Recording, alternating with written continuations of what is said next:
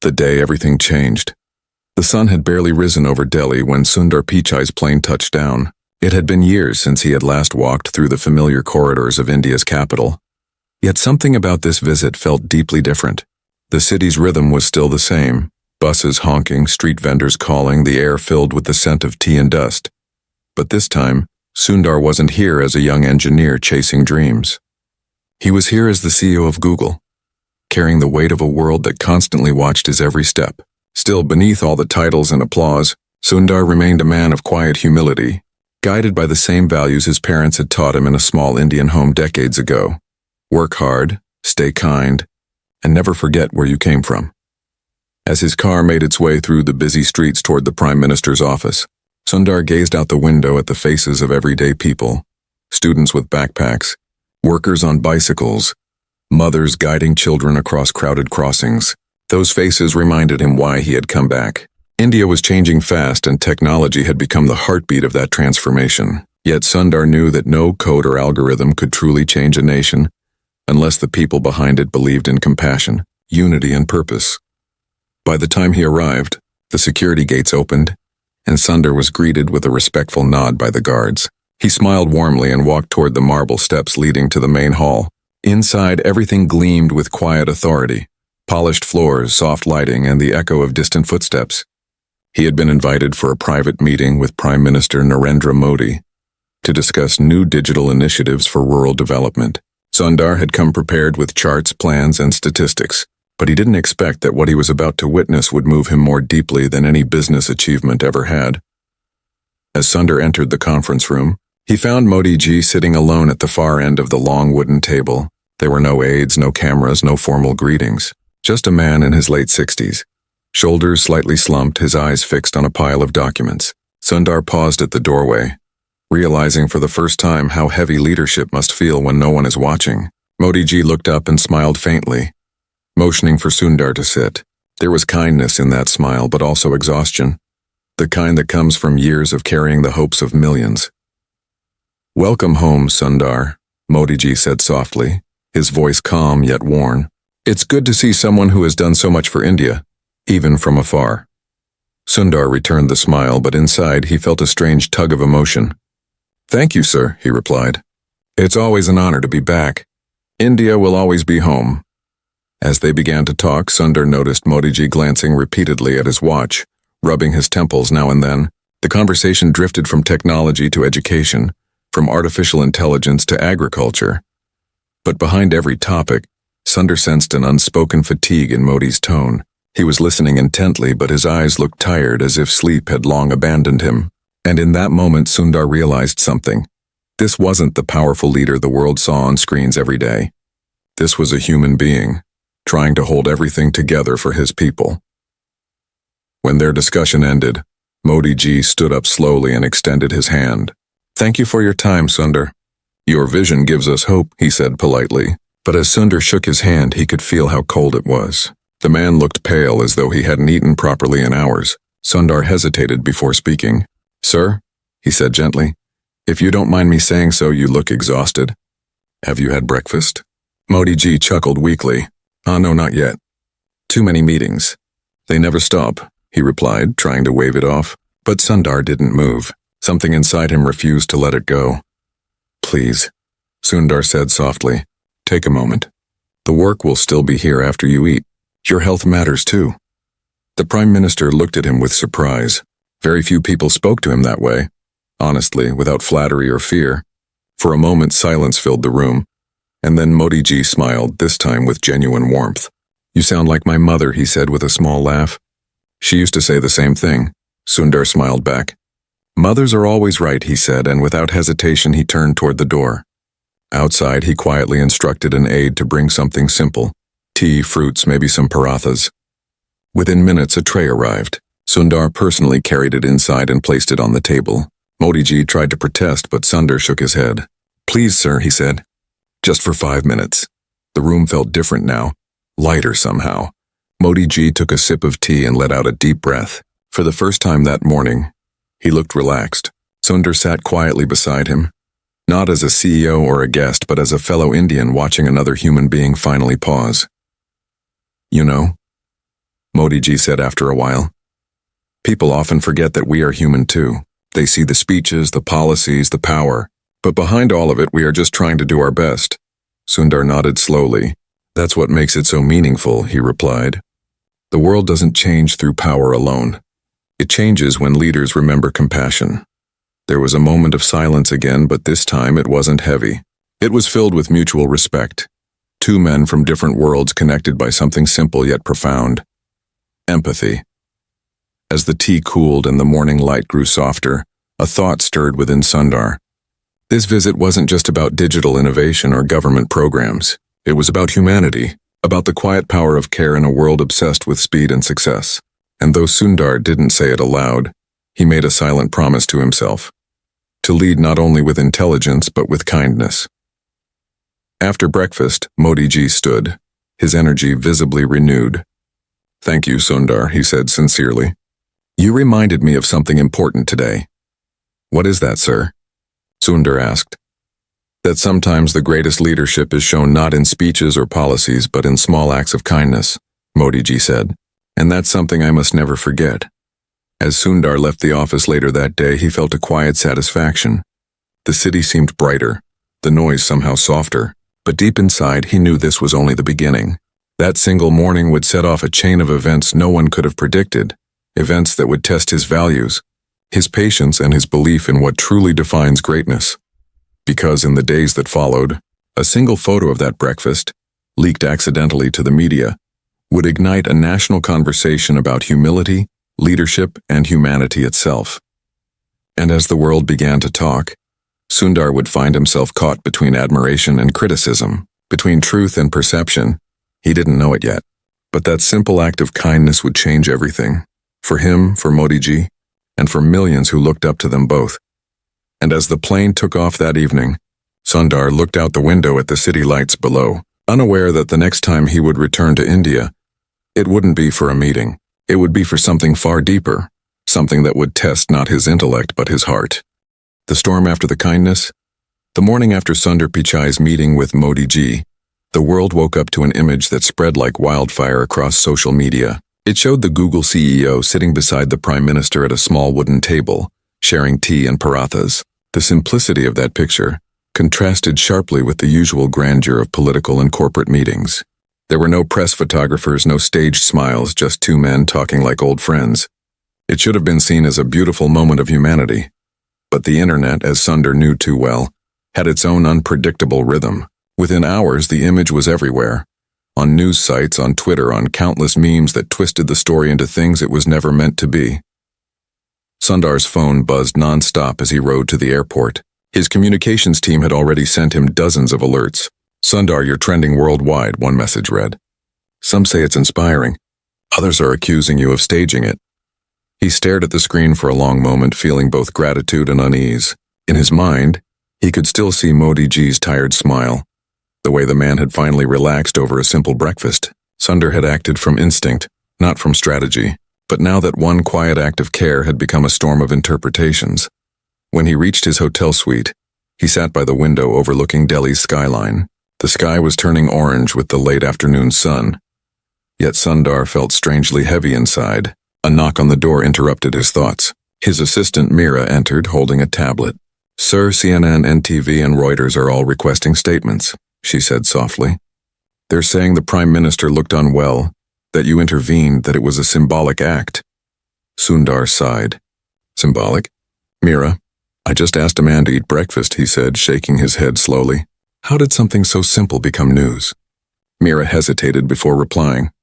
Because, sir, people rarely see leaders showing such humanity anymore. Maybe that's why it touched so many. Her words lingered in the air. Sundar turned back to the window, watching the traffic crawl along the roads below. Maybe she was right. Maybe people were hungry not just for innovation, but for moments that reminded them of warmth and empathy. But even so, he couldn't shake the discomfort that came with fame. How it twisted pure intentions into narratives that fit public curiosity. By evening, the situation had grown more intense. One side of the media praised Sundar for his humility and compassion. The other accused him of exploiting the Prime Minister's fatigue for publicity. Headlines screamed in every direction. Sundar Pichai's gentle reminder to Modi goes viral. Political stunt or genuine concern? Google CEO teaches leaders a lesson in empathy. Sundar couldn't decide which was worse, the praise or the suspicion. That night, his phone rang again. It was an unknown number. When he answered, a calm but firm voice greeted him. "Mr. Pichai, this is Rajesh Verma from the Prime Minister's office." Sundar immediately straightened. "Good evening, Rajesh. Is everything all right?" "The Prime Minister wanted me to convey something," Rajesh said. "He has seen the media coverage. He isn't upset, but he's concerned. He believes your gesture was sincere, but the attention has taken on a political flavor. He wishes to meet you again, privately." Sundar's heart sank. He hadn't meant for any of this to happen. "Of course," he replied. "I'll stay in Delhi as long as needed." The next morning, as Sundar arrived once more at the Prime Minister's residence, he felt a quiet nervousness. The guards recognized him this time and opened the gates without hesitation. Inside, Modi ji stood near the window holding a cup of tea. He turned with a faint smile. "You've caused quite a scene, my friend," he said lightly. Sundar managed a small laugh. "It seems so, sir. I never expected it to become news." Modi ji walked toward him, his face calm but reflective. "I know you didn't, and that's why it matters. Sincerity always shows. The world can twist it, but truth has its own strength." He paused, then added, "Still, you should be careful. People in power often fear what they cannot control. Your kindness has reminded them that leadership isn't about dominance, it's about service. Not everyone likes that reminder." Sundar listened carefully, absorbing each word. "Sir, I only did what anyone should do," he said quietly. "You look tired." "I couldn't ignore that." Modi ji nodded. "And that is why it meant so much. Don't let the noise discourage you. Keep doing what your heart tells you. India needs more people who act with compassion, not calculation." Those words touched something deep inside Sundar. For years he had lived in a world driven by logic, efficiency, and measurable success. But here, in this quiet conversation, he was reminded that true influence wasn't built on algorithms. It was built on empathy. After their meeting, Modi ji requested that Sundar join him for an upcoming rural development event in Gujarat, where they would discuss technology's role in improving daily life. Sundar agreed without hesitation, yet as he walked out of the building, he noticed reporters gathering near the gates, cameras flashing, microphones ready. The air buzzed with curiosity. "Mr. Pichai, did you discuss Modi ji's health?" One shouted. "Was your breakfast meeting a planned photo opportunity?" Another demanded. Sundar didn't answer. He simply smiled politely and got into his car. But deep down he knew this was far from over. The narrative had escaped his control. And soon the world would expect something even greater from him. He would have to find a way to rise above the noise, to let his actions speak for themselves. That evening he returned to his family home in Chennai, hoping for quiet. The old house was just as he remembered it. The smell of jasmine, the sound of the ceiling fan, his mother's warm voice calling from the kitchen. She was waiting with a tray of food. "You look thinner than last time," she said, smiling as she handed him a plate. Sundar laughed softly. "I've been busy, Amma," he said. "The world doesn't stop." She looked at him carefully, reading his face as only a mother could. "Something is troubling you," she said gently. "You always try to fix everything, but you cannot fix what people choose to see. Just do good, my son. The truth will find its way." Her words echoed in his heart like a melody from childhood. He stayed quiet for a moment, then nodded. "You're right," he whispered. Later that night, as he lay awake, Sundar scrolled through his messages. There was one that caught his attention. An email from a student in a remote village. It read, "Sir, I saw your picture with Modi ji. People here are saying it shows that even the most powerful people can care for others. Thank you for reminding us that kindness matters." Sundar stared at the screen for a long time, his eyes misty. Maybe this was the reason it had all happened. To awaken something in people that the modern world often forgot. Compassion wasn't weakness, it was strength. But as dawn approached, another message arrived. This one from his head of global communications in California. It was brief but unsettling. "Sundar, you need to see this. A major news outlet is publishing a story tomorrow, questioning your involvement in political affairs in India. They're implying conflict of interest." His heart tightened. The kindness that had begun with a cup of tea was now spiraling into something darker. He looked out the window at the fading night sky, realizing that the real test was only beginning. For the first time in years, Sundar felt uncertain, not about technology, Not about business, but about humanity itself. Could the world still recognize pure intentions in an age ruled by suspicion and speed? As he closed his laptop, one thought burned in his mind. The truth would have to fight its way through misunderstanding, and he would need to stand firm, even if the whole world chose to doubt him. The test of truth. The morning came quietly, but Sundar Pichai's world was no longer quiet. The first thing he saw on his phone was the headline that changed everything. Google CEO's breakfast with India's Prime Minister raises political concerns. Beneath it was a grainy image of Sundar handing the plate to Modi ji, framed as if it were a secret deal rather than a human gesture. The article's tone was sharp, questioning his motives, hinting at corporate influence, painting kindness as calculation. Sundar sat still for a moment, the screen light reflecting in his tired eyes. This wasn't the story he wanted told. This wasn't the truth. His assistant Meera called immediately. "Sir, the media cycle is spiraling," she said, her voice filled with urgency. "They're saying Google is trying to gain government favor in India. Opposition parties are using the image to fuel their own agendas. It's getting political." Sundar leaned back in his chair, the noise of the city outside faint through the hotel window. "Meera," he said softly, "what did we become when an act of care becomes a controversy?" He thought of that morning again. The silence, the steam rising from the tea, the tired eyes of a man who led millions. It had been a moment of compassion, pure and simple. But in a world that measured worth in headlines, simplicity rarely survived. That afternoon, Sundar decided to take a walk alone through the crowded streets of Delhi. He wore a cap and casual clothes, blending in easily. He passed small shops, rickshaws, children selling flowers at traffic lights. The air smelled of dust and rain, the sounds of life surrounding him in every direction. No one recognized him, and for a moment he felt free. Near a corner stall, he stopped to buy tea. The old vendor smiled and poured him a cup. "You're not from here, are you?" The man asked kindly. "You speak too politely." Sundar smiled. "Maybe," he said. "But I was born here. I'm just visiting again." The vendor laughed softly. "Visitors always forget how hard it is to stay kind here. This city tests you." Those words struck him deeply. Yes, the city tested kindness. So did the world. And maybe that was the point. To stay kind even when misunderstood. To stay humble even when mocked. Later that evening, as he returned to his hotel, Meera was waiting. "Sir," she said, "the American press is now involved. Stock analysts are asking whether your image with Modi will affect Google's neutrality." She hesitated before adding, "Some people inside the company are worried too." Sundar walked to the window again, his reflection merging with the city lights. "Tell them this," he said quietly. "We cannot control perception, but we can control our truth. We will not issue a defensive statement. We will let our actions speak." Meera looked surprised. "Sir, that's risky. Silence can be misunderstood." "Sometimes silence is louder than words," Sundar replied. But even as he said it, doubt gnawed at him. Was silence strength or was it surrender? He had spent years believing that data could solve everything, that reason could always triumph. Yet here he was, trapped in a world where emotion ruled perception. The next day, Sundar boarded a flight to Gujarat for the event Modi ji had invited him to. As the plane ascended, he stared at the clouds, remembering his mother's words. "Do good, and the truth will find its way."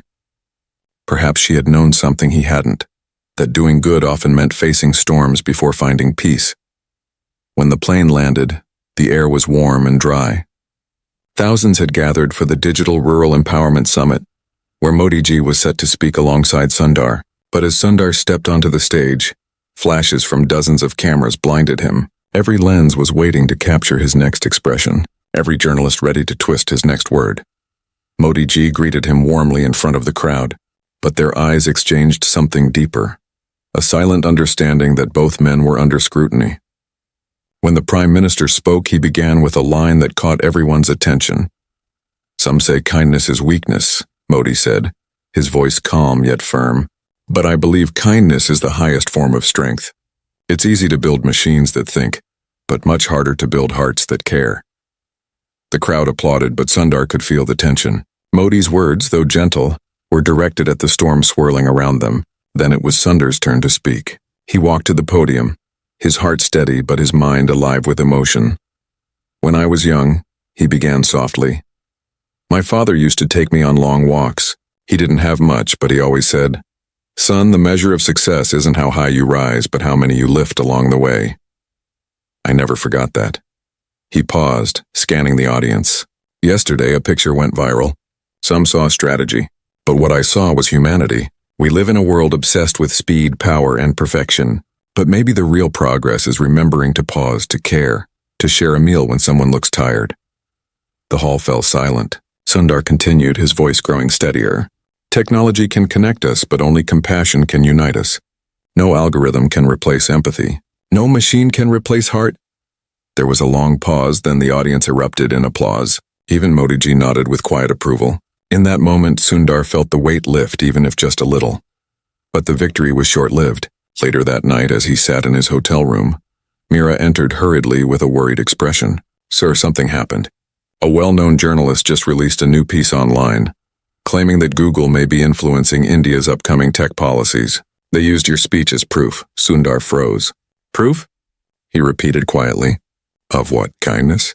No, she said, lowering her voice. Of influence. They're saying you're blending corporate interests with government trust. He rubbed his forehead, exhaling slowly. The story had taken another turn. One darker and more dangerous. Now it wasn't just about perception. It was about integrity. Outside, thunder rolled through the distance and rain began to fall hard against the glass.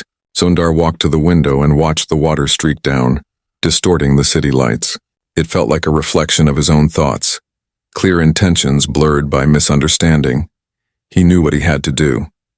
Silence was no longer enough. If he didn't speak, others would define the truth for him. But he also knew that whatever he said had to be rooted in honesty, not defense. He turned to Mira. Prepare a statement, he said, but not a corporate one. This one will come from me as a person, not as a CEO. Mira nodded. What do you want to say? Sundar looked out at the storm again. That kindness should never need permission, he said quietly, and that the world can question my motives, but it cannot change my heart. As lightning flashed across the sky, he felt something stir inside him. Not anger, but resolve. The world might twist his actions, but it would never own his purpose. The next day, when Sundar's personal letter was published online, it spread faster than any headline before it. It read simply, If caring for another human being becomes political, then we've forgotten what makes us human. Leadership isn't power, it's compassion in action.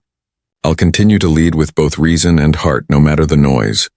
The letter went viral, reaching millions within hours. People across the world began sharing it with their own stories of kindness. Teachers in schools read it aloud to students. Doctors pinned it on hospital walls. It became more than a statement. It became a reminder of what humanity still stood for.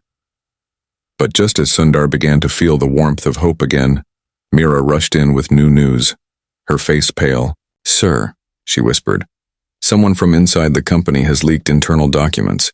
They're claiming you used your influence for personal gain. It's spreading everywhere.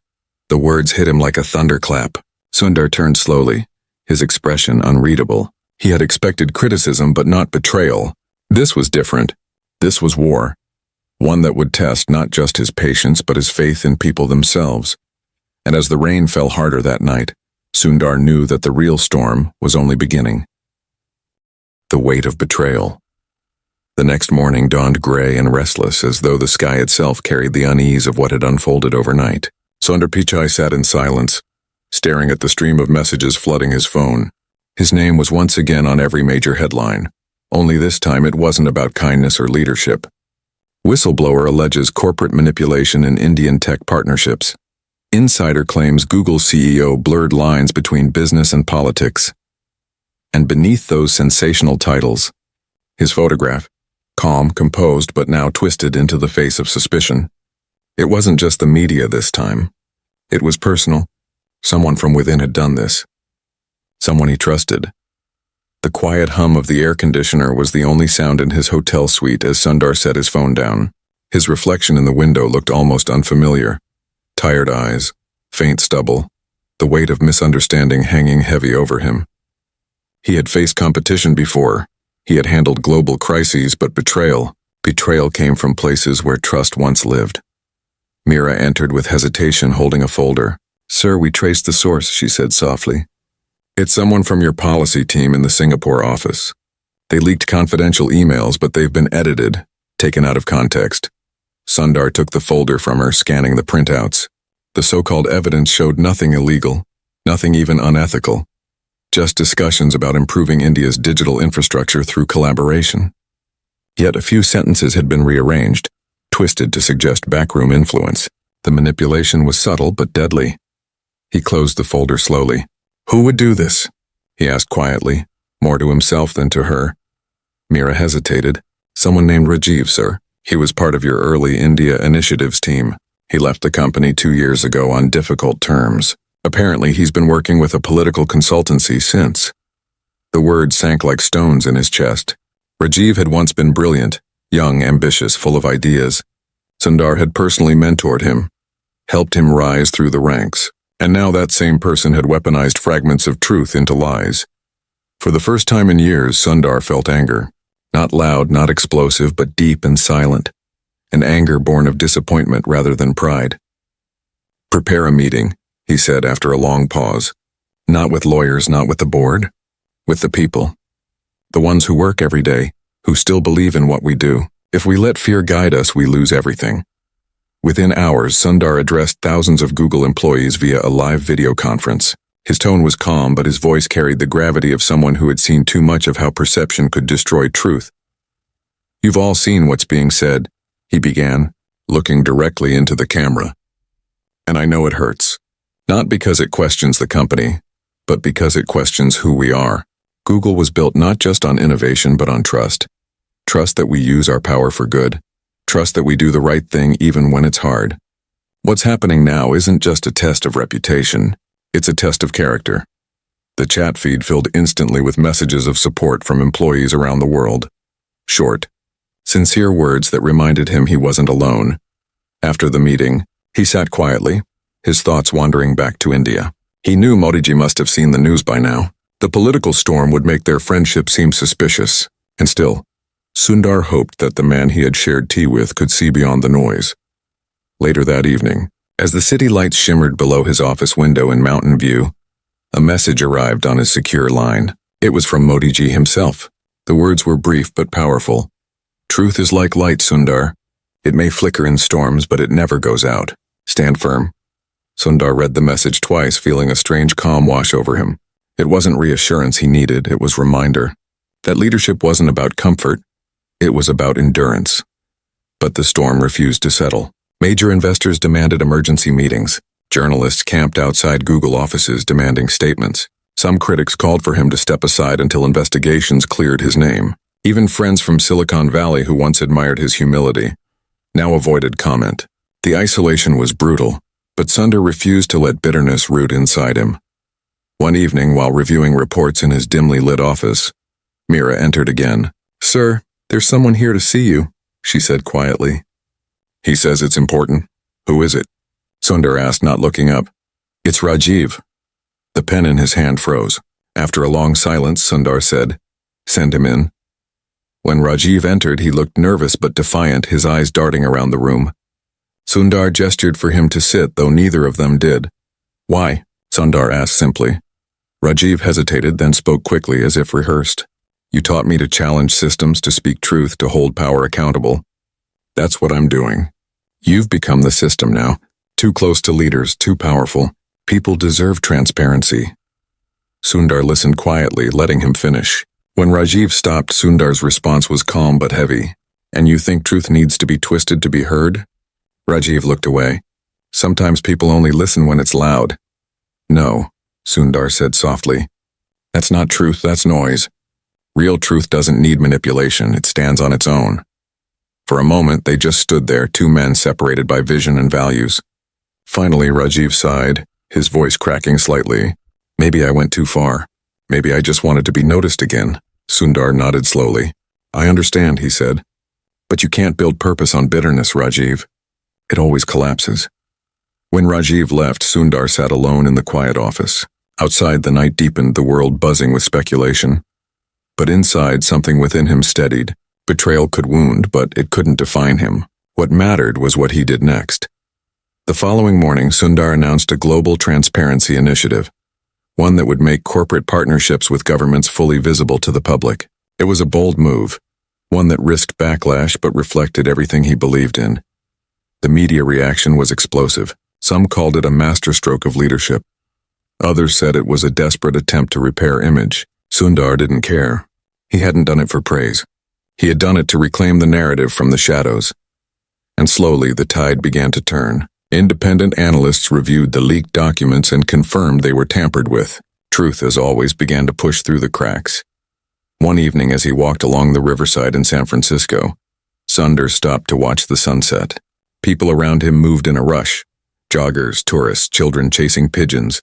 For the first time in weeks, he felt still. Sometimes life's storms didn't come to destroy but to reveal who we truly were when stripped of comfort. His phone buzzed again.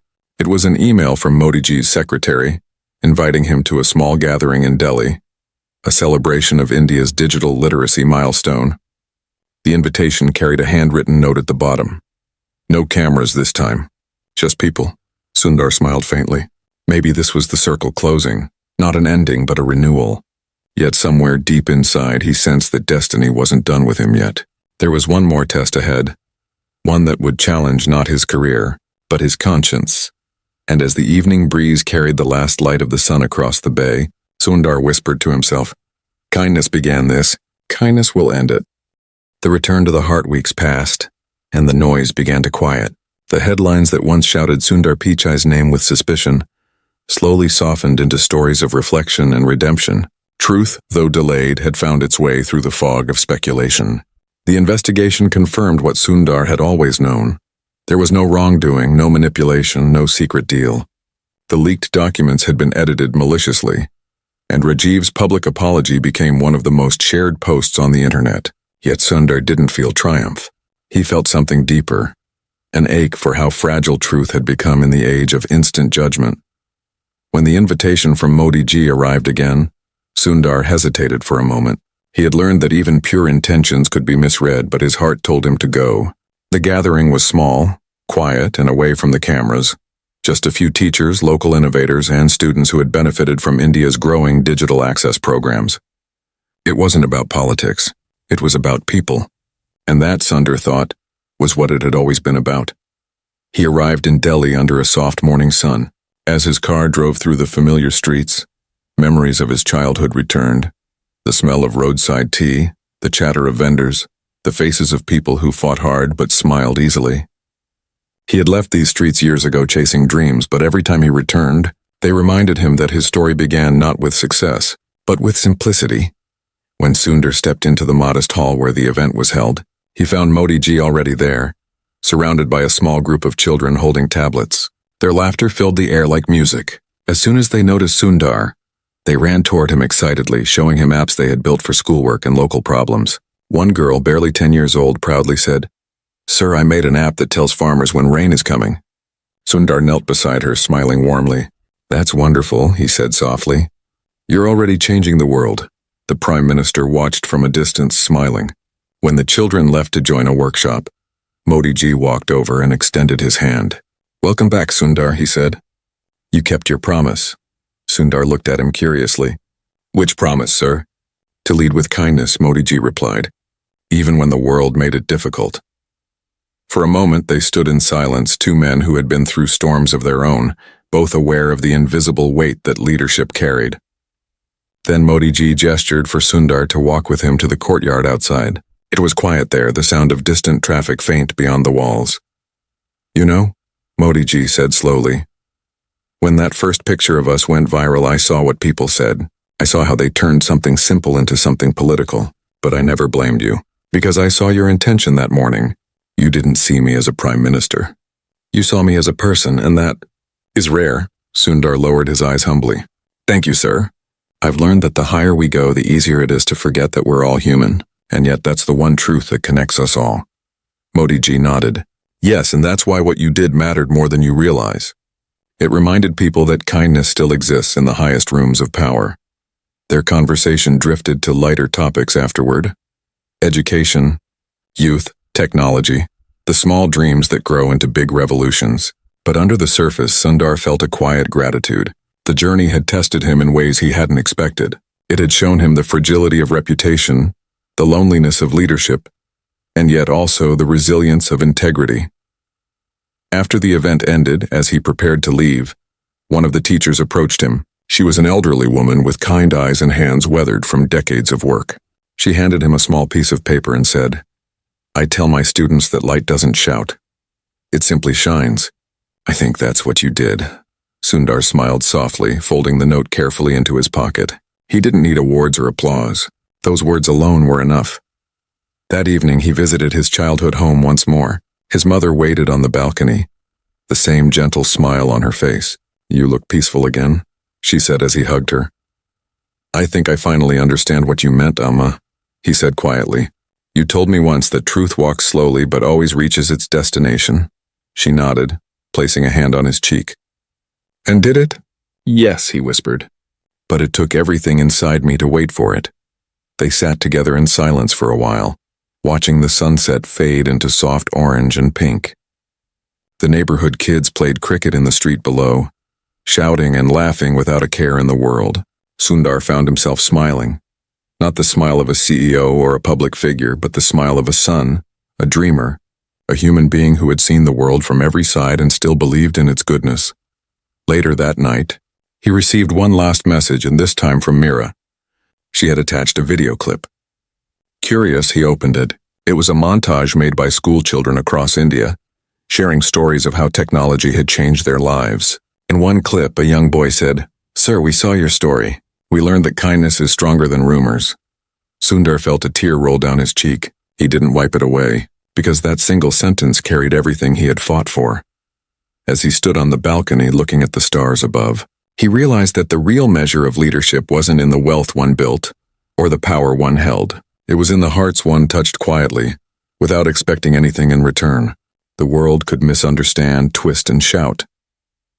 But truth, when guided by compassion, always found its way home. He whispered softly into the night, "Maybe the world doesn't need louder leaders. Maybe it just needs gentler ones." The wind carried his words into the distance, mingling with the sounds of life below. Laughter, footsteps, the faint call of a vendor. And somewhere in that harmony of chaos and calm, Sundar felt something pure, peace. His journey had begun with a simple gesture, a cup of tea shared with a tired man. But what it became was far greater, a reminder to millions that kindness, even in the smallest form, can ripple across nations, heal divisions, and outshine the loudest storms. And as the lights of the city flickered one by one, Sundar closed his eyes and smiled, knowing the lesson he had learned would stay with him forever. Power fades, fame fades, but humanity, quiet, patient, and unwavering, endures. The quiet legacy. Months had passed since the storm that nearly upended Sundar Pichai's world, and yet the echoes of it had shaped him in ways no success ever had. The noise of scandal had faded. The headlines had moved on to new controversies, but something deeper had taken root within him. A sense of clarity, a peace born from understanding what truly mattered. He no longer felt the need to prove himself through grand gestures or polished speeches. The truth, he realized, didn't need defense. It only needed consistency. It was a cool morning in California when Sundar sat by the window of his office, overlooking the golden hills bathed in soft sunlight. The city was waking up, and his schedule was, as always, filled with meetings, calls, and strategic reviews. Yet today felt different. He wasn't preparing for another corporate presentation. He was preparing for something far more personal. A new initiative that he wanted to launch quietly, without press releases or applause. Something that would last beyond his title. He had named it Project Sada, a Sanskrit word meaning everlasting. Its goal was simple yet profound, to create technology that taught empathy alongside education. Sundar believed that the next generation of innovation shouldn't just connect people's devices, but also their hearts. Algorithms could teach logic, but stories could teach compassion, and he wanted every young child, no matter where they lived, to have access not just to knowledge, but to wisdom. As he prepared the final proposal, he received an unexpected call. The familiar voice on the other end made him smile. "Sundar ji," said Modi ji warmly, "I heard about your new project. You've found a way to make technology teach humanity." "That's rare," Sundar chuckled softly. "I think the world has enough code, sir. Maybe it's time we code kindness too." Modi ji laughed, a genuine laugh that carried a trace of relief. Perhaps that's what our times need most. Leaders who can see hearts, not just numbers. Their conversation flowed naturally after that, not as CEO and Prime Minister, but as two men who had once shared a quiet breakfast and accidentally started a worldwide conversation about compassion. By the end of the call, Modi ji said something that stayed with Sundar long after. You showed me that small acts can leave long shadows. Never stop being that light even when the world prefers noise. After the call, Sundar leaned back in his chair, his eyes drifting toward the framed photo on his desk.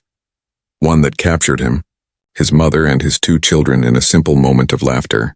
To the outside world, it was just a family picture. To him it was a reminder that life's truest meaning existed not in titles but in relationships, not in wealth, but in warmth. Weeks later, Project Sada quietly launched across India. No big banners, no television coverage, just quiet implementation in rural schools. Within months, stories began to pour in. In one village, a young boy used the app to teach his classmates about respecting others' feelings. In another, a teacher used its virtual lessons to help students discuss kindness through stories. It wasn't just learning, it was healing, a kind of digital compassion spreading slowly but powerfully. One evening, Sundar received a short video from one of those schools. It showed children standing in front of a chalkboard, their voices overlapping as they repeated a phrase in unison. Kindness is power. Their smiles were wide, their innocence untouched by cynicism. Sundar watched the clip several times, each time feeling his chest tighten with quiet emotion. That night, he sat outside his home, the sky clear and full of stars. He thought of how far life had taken him, from a modest home in Chennai to leading one of the world's most powerful companies, from being a quiet engineer to standing beside global leaders. And yet none of it felt as meaningful as that moment, seeing children discover the same truth he had spent a lifetime chasing. The sound of footsteps interrupted his thoughts. His mother appeared beside him, her silver hair glinting under the porch light. She sat down without a word, her presence as comforting as ever. After a while, she asked softly, "Are you happy now, my son?" Sundar looked up at the night sky before answering, "I think so, Amma. Not because everything is perfect, but because I've learned to see meaning in the imperfect." She smiled knowingly. "Then you finally understood what your father always said. Greatness isn't in how high you rise, but how gentle you remain when the world bows before you." Sundar nodded, her words sinking deep into his heart. "I used to think success was about creating something the world could use," he said slowly. "But now I see it's about creating something the heart can feel."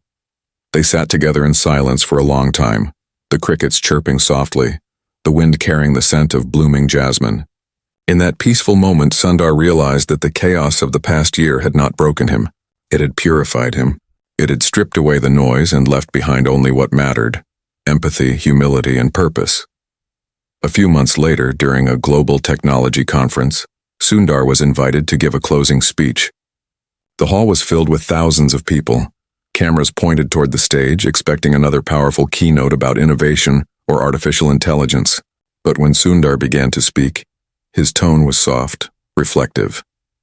"In the past year," he said, "I learned something that no algorithm can calculate, that leadership is not about being right all the time. It's about being real. And sometimes being real means being vulnerable, being misunderstood, and still choosing to stay kind." The audience listened in stillness. Sundar continued, "We build machines that can think faster than us, but let's not forget to build societies that can feel deeper than them. Because without compassion, progress is just movement, not meaning." When he finished, there was no thunderous applause at first, only silence, the kind that comes when people are too moved to speak. Then slowly, hands began to come together, and soon the hall was filled with a standing ovation that felt not celebratory, but grateful. After the conference, Sundar walked out alone through the back exit, choosing the quiet over the spotlight. Outside, the night was calm, the city lights reflecting off the glass towers around him. He paused for a moment, looking up at the sky, the same sky that stretched over Chennai, Delhi, and every village where children were now learning about empathy through his project. He smiled to himself, whispering under his breath, "Maybe this is what leadership really means, and not being remembered for what you built, but for how you made others believe in kindness again." And with that thought, he walked on into the night, unhurried, unguarded, and at peace. The man the world saw as a CEO was, in truth, something simpler. A reminder that in every era of noise, one quiet act of care can still change the world.